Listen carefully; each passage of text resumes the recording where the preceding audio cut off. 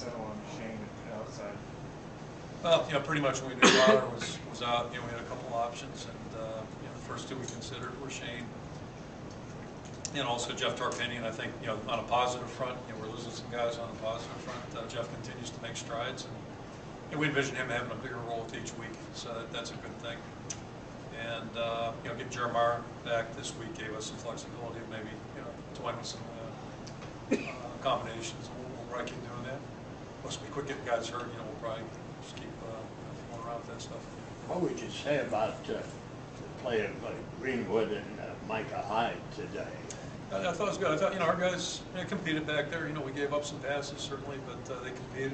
We got our hands on some balls. We couldn't finish many of those. That would have made a difference, too. But, it seemed like we were close on a lot of things. Got a lot of tips. Yeah, a lot of tips, and just, couldn't quite. It's kind of how the day went. And I'm not saying it's like the O2 game over here, but somewhat similar. Nothing was easy. Everything was tough and, really contested on the field. It's November, you're playing in the conference, you're on the road, you got to expect that. If you don't, you're a fool. It's just what it comes down to. Can you handle these kind of situations? Can you survive? Today we survived. That's the important thing. Coach, can you just comment on what picking up your 100th win means today? Not an awful lot, I got to tell you. It's good. I don't mean that. Honest truth is, I wish we got it like 3 years ago. I'll be honest there. Maybe 5 years ago. If I was Joe Paterno, I would have had it, 8 years ago probably. But I'm not. It's pretty clear. So it's a big thing, but it's not near as big as winning today. That's the most important thing is us to get our 4th win in the conference. That's really what we're focused on. What's it like being a coach on that 4th and 10, 30 seconds left in the game? Game's on the line. It's hard. Watching it. It's hard. I'm sure that's just like every player on our sidelines and every player in the field. I'm sure our stomachs were, tight. And, it's an anxious moment. It's like before the game, you're anxious too. I don't care how long you've been in. I got to think that's how you always feel. You just, you hope everybody gets their job done. But you're playing a team that's pretty good, so nothing easy there. Did you get caught? I couldn't tell. I couldn't tell.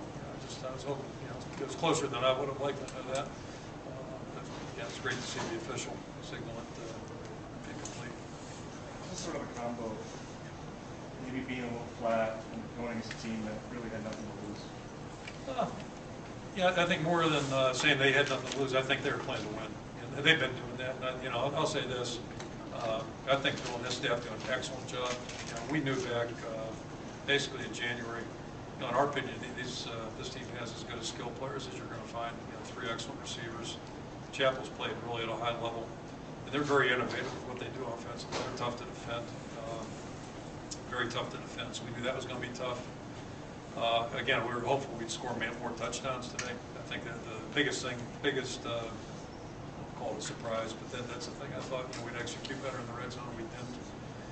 So that's what ends up happening. But when you play a 12-game season, when you play in a conference that's competitive and tough, when you play on the road. If you think things like this aren't going to happen again, you're a fool. It's how you handle these kind of games. Can you come out on the right side? If you do, you got a chance to have a good season. If you don't, it's all the what-if game. It's about what it shakes out to conference play typically. Coach, Marcus Coker seemed to be very successful for you the first 3 quarters. For some reason, you went away from him towards the end.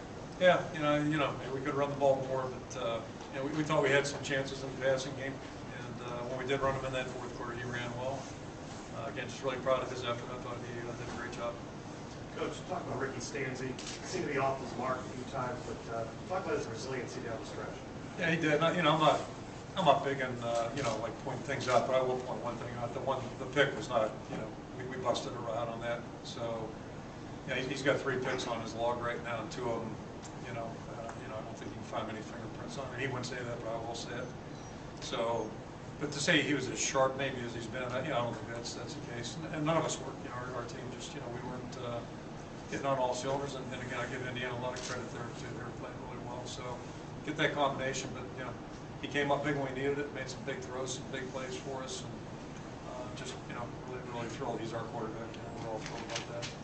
How much did you miss Adams today except for us? We miss him everywhere. Adams an outstanding player in my opinion. And you know, the thing about him is he's so good in so many ways. He blocks well. He's extremely tough. He's really good in the passing game. He catches the football, and then he's a good runner too. So, you know, when you lose a good player, it hurts. You lose one of our top quality guys. I mean, he's a heck of a football player. So it hurts, but you know, fortunately, we had somebody step up there, and you know, Marcus more than filled the void. It'll be good now that moving forward. You know, I think maybe we got two guys that are capable.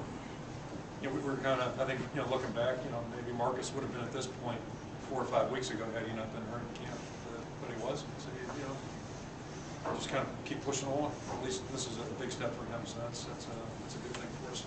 One more question? Or is that it? Okay.